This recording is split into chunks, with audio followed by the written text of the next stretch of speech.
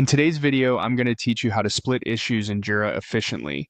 For those of you who manage tasks frequently in Jira, you're likely aware that breaking down complex issues into more manageable parts is often necessary. This not only enhances clarity, but also improves productivity by allowing team members to focus on distinct segments of a larger task. Let's dive in step by step. To begin, open your preferred web browser and navigate to Jira.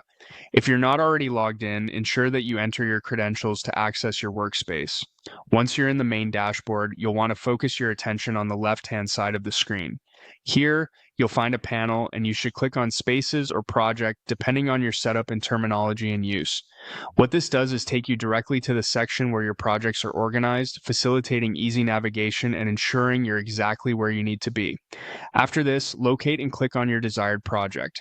This action will direct you into a detailed view of the project's components.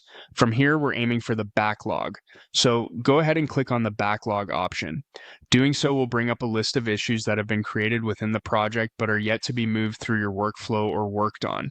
This is an excellent vantage point to view what's pending and determine which issues may need splitting. Next, carefully scan through the displayed issues and click on the one you're interested in splitting. By opening the issue, you allow yourself to access more detailed functionalities. Now, direct your attention to the section labeled Linked Work Items. This is significant because it provides relationships between issues, which can help in understanding dependencies or constraints that might exist. Within the Linked Work Items section, choose the option marked Is Blocked By. This step is crucial for establishing connections that can potentially cause bottlenecks in your workflow. Understanding these dependencies is key to successful project management, as they highlight tasks that must be completed before others can begin or proceed. Lastly, click on the specific issue you want to connect with this dependency.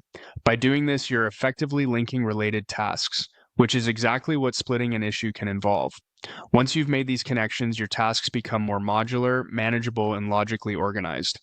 This process requires careful attention and consideration of your workflow needs, but it's immensely useful in breaking down and managing complex projects effectively.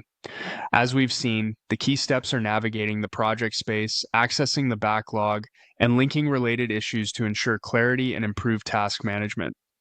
With this knowledge, go ahead and make your projects more efficient and organized. Stay tuned for more Jira tips and tricks, and thanks for watching.